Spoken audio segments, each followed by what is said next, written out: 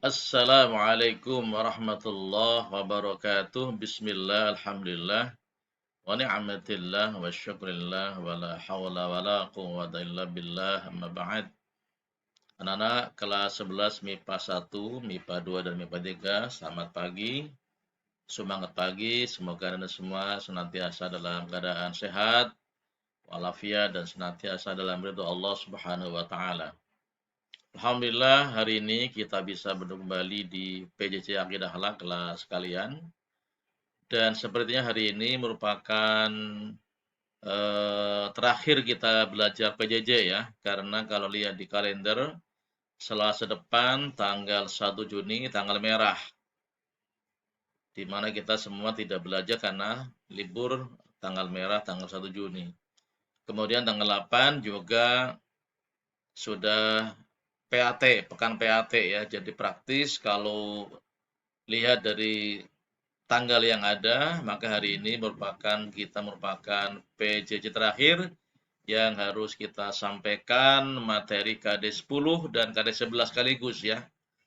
Jadi nanti mungkin saya akan berikan beberapa video pembelajaran dari KD 10 tentang tasawuf dan tokoh ajarannya, serta di KD 11 tentang kisah teladan ya, yaitu Abdurrahman bin Auf dan Abu Dzar Al-Ghifari. Nanti insyaallah akan saya kirimkan di link classroom atau di kelas kalian beberapa video pembelajaran yang harus kalian kuasai untuk menghadapi PAT pada pekan PAT di awal Juni ya, atau di pekan kedua. Nah, hari ini saya akan mulai memberikan rekaman video tentang ajaran tasawuf dari Rabi'atul Adawiyah atau Rabi'ah Al-Adawiyah. Dan sebelumnya, mari kita awali belajar kita dengan membaca basmalah. Bismillahirrahmanirrahim. Ajaran tasawuf Rabi'ah Al-Adawiyah. Nama lengkapnya Rabi'ah binti Ismail Al-Adawiyah Al-Basriyah Al-Qaisiyah. Ini dia lahir ya, pada tahun 95 Hijriah atau 713 Masehi atau 99 Hijriah atau 717 Masehi di suatu perkampungan di kota Basrah, Irak ya. Sekarang negara Irak. Dan wafat di kota itu pada tahun 185 Hijriah atau 801 Masehi. Dilahirkan dari keluarga yang sangat miskin ya. Merupakan anak keempat dari 4 bersaudara yang semuanya adalah perempuan. Jadi 4 bersaudara perempuan. Beberapa hari setelah kelahirannya, Ismail ayahnya mimpi bertemu dengan baginda Rasulullah sallallahu alaihi wasallam, dan dalam mimpinya Nabi berkata kepada Ismail agar jangan bersedih karena Rabi'ah akan menjadi seorang wanita yang mulia, yang sangat mulia ya. Sehingga banyak orang yang mengharapkan syafaatnya dari Rabi'ah. Sejak kecil, Rabi'ah dikenal sebagai anak yang cerdas dan taat beragama. Kemudian sekalian, ketika ayahnya meninggal, ya beberapa tahun setelah itu ayahnya meninggal juga ibunya ya. Sehingga Rabi'ah dan ketika saudarinya menjadi yatim piatu. Orang tuanya hanya meninggalkan harta warisan sebab perahu yang digunakan Rabi'ah untuk mencari nafkah. Rabi'ah bekerja sebagai penarik perahu yang menyeberangkan orang di sungai Dajlah, di sungai Dajlah ya. Ketika saudaranya bekerja di rumah menenun atau memintal benang. Jadi 3 kakak-kakaknya yang perempuan di rumah memintal benang atau kain, sementara Rabi'ah sebagai anak bungsu menarik perahu untuk menyeberangkan orang di sungai Dajlah ya. Ketika kota Basrah dilanda berbagai bencana, kekeringan dan juga bencana alam, Rabi'ah dan ketika saudarinya pergi untuk mencari penghidupan di kota ya. Namun sayangnya Rabi'ah kemudian terpisah dengan 3 saudaranya itu, sehingga kemudian Rabi'ah kemudian hidup seorang diri dan akhirnya diculik. Rabi'ah diculik oleh beberapa orang penyamun lalu dijual sebagai seorang hamba atau budak ya. Jadi diculik kemudian dijual sebagai hamba saya atau budak seharga 6 dirham kepada seorang pedagang. Jadi di usia remaja, Rabi'ah ini yang awalnya seorang yang merdeka menjadi amat atau budak yang diperjualbelikan. Jadi budak itu bahasanya adalah ammah ya atau amat, budak yang diperjualbelikan.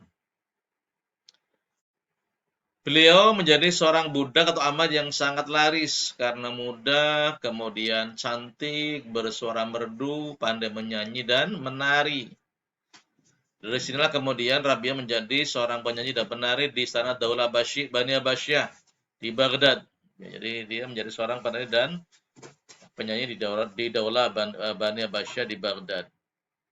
Meskipun dia seorang penyanyi penari, setiap malam Rabi'ah itu bermunajat kepada Allah dan berdoa agar diberikan kebebasan dan terbebas dari perbudakan.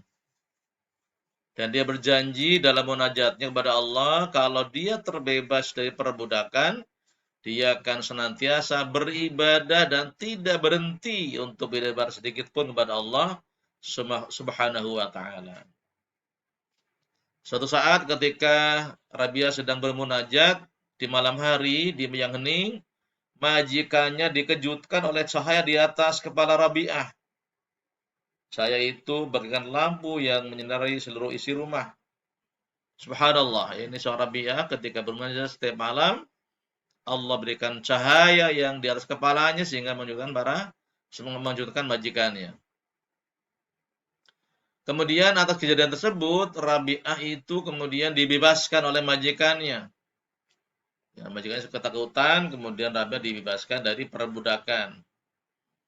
Dan sebelum Rabi'ah dibebaskan dan pergi dari rumah majikannya, pedagang ini menawarkan kepada Rabi'ah untuk tinggal. Dan dia akan menanggung segala kebutuhannya. Namun karena kezuhudannya, Rabi'ah menolak dan sesuai dengan janjinya jika ia bebas maka dia akan beribadah ya selama hidupnya kepada Allah Subhanahu wa taala. Janji dia yang dia pegang. Setelah bebas dari perbudakan, dia akan menjadi seorang yang ahli ibadah ya untuk beribadah sepanjang hidupnya kepada Allah Subhanahu wa taala. Kemudian sekalian, setelah bebas, Rabi'ah ini kemudian pergi mengembara di padang pasir dan menghabiskan seluruh waktunya untuk beribadah kepada Allah Subhanahu wa taala sehingga dikenal menjadi tokoh sufi besar dan dikunjungi oleh banyak orang. Tokoh sufi yang pernah mengunjunginya misalnya Malik bin Dinar, kemudian Sufyan As-Sauri, kemudian Syaqiq Al-Balkhi. Nah, Rabi'ah ini hanya tidur sedikit di siang hari dan menghabiskan sepanjang malam untuk bermunajat kepada Allah Subhanahu wa taala. Subhanallah ya. Siangnya tidur sedikit, malamnya dia tidak tidur ya, hampir nggak tidur dan menghabiskan malamnya untuk berdoa dan bermunajat, beribadah kepada Allah Subhanahu wa taala. Rabi'ah dikenal sebagai tokoh sufi dengan syair-syair cintanya yang sangat indah dan mengagumkan, syair-syair cinta kepada Allah Subhanahu wa taala. Kemudian sekalian, sepulang dari haji, ibadah haji, kemudian kesehatannya mulai menurun. Para sahabatnya berdatangan untuk membantu agar dia bisa sehat kembali, tapi kemudian Rabi'ah menolak atas semua tawaran bantuannya. Ia menyampaikan kepada sahabat dekatnya yang telah lama mendampinginya yaitu Abdah binti Abi Syawal ya. Abdah binti Abi Syawal bahwa sebenarnya ia sudah menyiapkan kain kafan untuk membungkus jenazahnya. Tak lama setelah itu awan mendung mengelayut di bumi Baghdad. Kemudian Rabi'ah Sufi Agung Rabi'ah ini kemudian wafat di Basrah pada tahun 185 Hijriah atau 801 Masehi. Ini sebuah kehilangan besar ya waktu itu di mana seorang sufi besar bernama Rabi'ah wafat pada tahun 185 Hijriah atau 801 Masehi. Inti ajaran Tasawufnya Rabi'ah Adawiyah adalah terfokus pada konsepnya tentang mahabbatullah atau cinta kepada Allah. Ia mengungkapkan perasaannya tentang cinta ilahi dengan dua corak cinta. Cinta karena diriku dan cinta karena dirimu. Cinta pertama berpijak kepada diri seorang hamba yang jatuh cinta dan selalu terpaut kepada Tuhannya. Pada makom ini seorang hamba berusaha untuk dekat kepada Allah dengan menunjukkan kepatuhannya dan memberi sikap melawan kepadanya. Dengan ketatan dan kepatuhan yang luar biasa, maka seorang hamba akan berhasil menjadi kekasih Allah Subhanahu wa taala.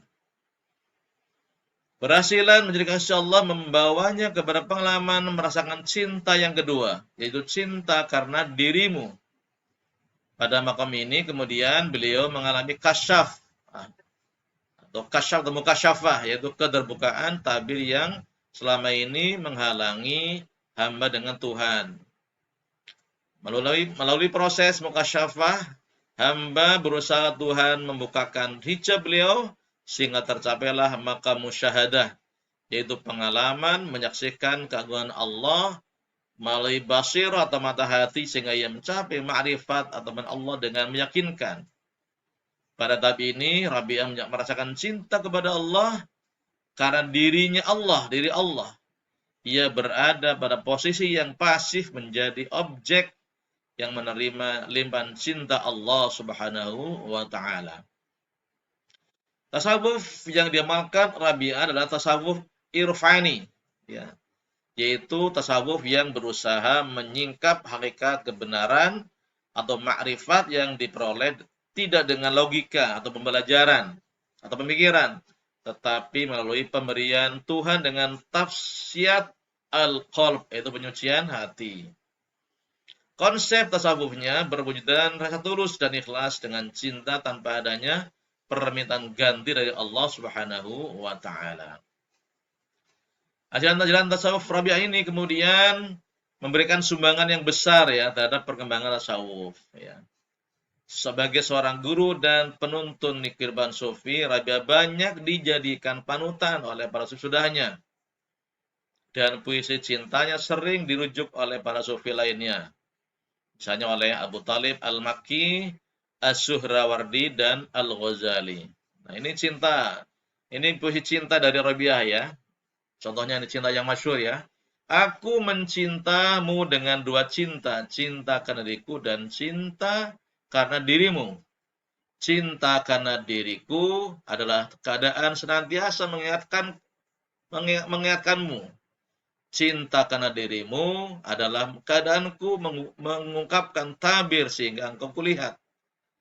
Baik ini maupun untuk itu pujian bukanlah bagiku. Bagimu pujian untuk kesemuanya. Ini puisi cinta yang masyhur ya dari seorang Rabi'ah Al-Adawiyah. Al-Ghazali juga mengulas tentang syair cinta Rabi'ah. Mungkin yang Rabi'ah maksudkan dengan cinta karena dirinya adalah cinta Allah karena kebaikan dan karunia-Nya di dunia ini. Sedangkan cinta kepadanya karena ia layak dicintai keindahan dan keagungannya yang sikap kepadanya. Cinta yang kedua merupakan cinta yang paling luhur dan mendalam serta merupakan kelezatan melihat keindahan Tuhan. Hal ini seperti disabdakan oleh Nabi dalam qudsinya, bagi hamba-hambaku yang saleh aku menyiapkan apa yang terlihat oleh mata, tidak terdengar oleh telinga, dan tidak terbersit di kalbu manusia. Masya Allah ya, subhanallah. Ini cinta konsep cintanya Rabi'atul Adawiyah sebagai seorang sufi besar yang seorang wanita sufi yang sangat masyhur dan sampai sekarang namanya dikenal sebagai sufi yang mengajarkan dengan cinta dengan mahabbah ya. Sufi dengan mahabbah cinta kepada Allah Subhanahu wa taala. Demikian sekalian tentang tasawuf dari Rabi'atul Adawiyah, dan nanti kita Allah di rekaman berikutnya akan kita bahas tentang ajaran tasawuf Imam Al-Ghazali. Demikian sementara, terima kasih. Assalamualaikum warahmatullahi wabarakatuh.